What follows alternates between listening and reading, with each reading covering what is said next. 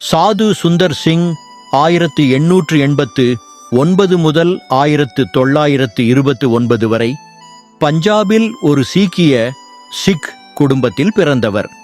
அவரது தாய் அவரை சிறுவயதிலிருந்தே பிரார்த்தனைக்கும் ஆன்மீகத்துக்கும் முனைத்தார். ஆனால் தாயை இழந்த துக்கத்தில் அவர் மனம் கடினமாகி கிறிஸ்தவத்தை வெறுத்தார். ஒருநாள் வாழ்க்கையை முடிக்க தீர்மானித்த அந்த இரவு அவர் கூறியதாவது: இயேசு கிறிஸ்து எனக்கு வெளிப்பட்டு பேசினார். அந்த அனுபவமே அவரது இதயத்தை மாற்றியது. அவரது 16வது வயதில் படிப்பை முடித்தார். கிறிஸ்துவின் அன்பை இந்தியர்களுக்கு சுலபமாக புரிய வகையில் சாது வேடம் அணிந்து நாடு முழுவதும் அலைந்தார்.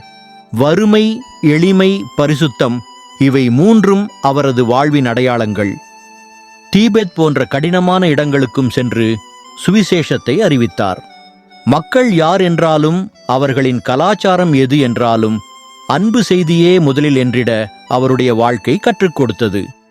1129 தீபெத் பக்கம் பயணம் செய்தபோது அவர் மர்மமாக காணாமல் போனார். அவரது இறப்பு எப்போது, எங்கு நடந்தது என்பது இன்றும் ஒரு புதிர். ஆனால் இவரால் பிரசங்கிக்கப்பட்ட அன்பு செய்தி உலகம் முழுவதும் பரவியது. இன்று வரை அவருடைய வாழ்க்கை பலரை நம்பிக்கையில் நடக்க ஊக்கப்படுத்துகிறது. பல புத்தகங்கள், சாட்சிகள், வரலாற்று பதிவு அனைத்தும் இந்தியாவில் கிறிஸ்துவின் உண்மையான சாட்சியாக இருந்தவர் என்று குரல் கொடுக்கின்றன. எளிமையான சேவை, தியாகம், ஆன்மீக தீபம் இவை மூன்றாலும் சாது சுந்தர் சிங் என்ற பெயர் என்றும் நினைவில் நிற்கிறது.